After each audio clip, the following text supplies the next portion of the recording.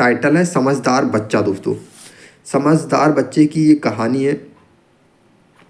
एक गांव में एक बहुत ही समझदार बच्चा रहता था जिसका नाम अर्जुन था दोस्तों। उसके माता पिता हमेशा उसे बड़े बुद्धिमानी से व्यवहार करते थे। मतलब उसके माँ बाप उसे बहुत इंटेलिजेंस से, बहुत बुद्धिमानी से उसके साथ व्यवहार करते थे। इस वजह से बच्चा भी बहुत ही ज़्यादा इंटेलिजेंट था और वही सब सीखता था।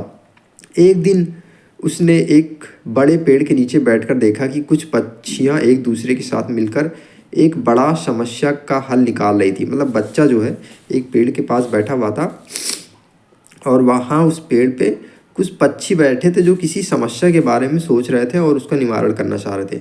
अर्जुन ने देखा कि पक्षियों के साथ मिलकर एक सबसे बुद्धिमान पक्षी की सुनी उसने एक सलाह।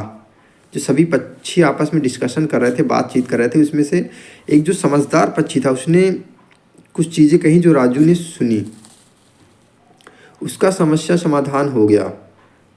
तो मतलब जो पक्षी के लीडर ने या जो सबसे समझदार था उसने कुछ बात रखी और जिससे समाधान हो गया दोस्तों पक्षियों का।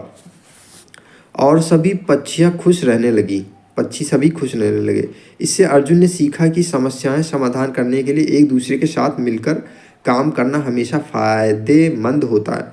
मतलब राजू तो समझदार था ही, लेकिन जो पक्षी थे वो भी समझदार थे क्योंकि वो एक साथ मिल बैठ के बातचीत कर रहे थे। कोई अगर प्रॉब्लम भी हो रही थी तो आपस में डिस्कस कर रहे थे। जैसे कभी कदार होता है हमारे फैमिली में या हमारे आस पड़ोस में या हमारे रिलेटिव में या फ्रेंड सर्कल में कभी आनाकानी हो जाती है या फिर मनमुटाव सा हो जाता है, तो हमें हमेशा एक दूसरे के साथ में बैठ कर के सभी चीज़ों का डिस्कशन करना चाहिए और निवारण करना चाहिए। कभी भी कोई भी बात को इधर उधर नहीं फैलाना चाहिए, जिससे हमारे आपस की जो समझदारी है या संबंध है वो बिल्कुल ख़राब ना हो। अगर किसी चीज़ की वजह से कुछ खराबी आ रही है तो आपस में बैठ के डिस्कशन कर लेना चाहिए। इस कहानी से हमें ये शिक्षा मिलती है दोस्तों।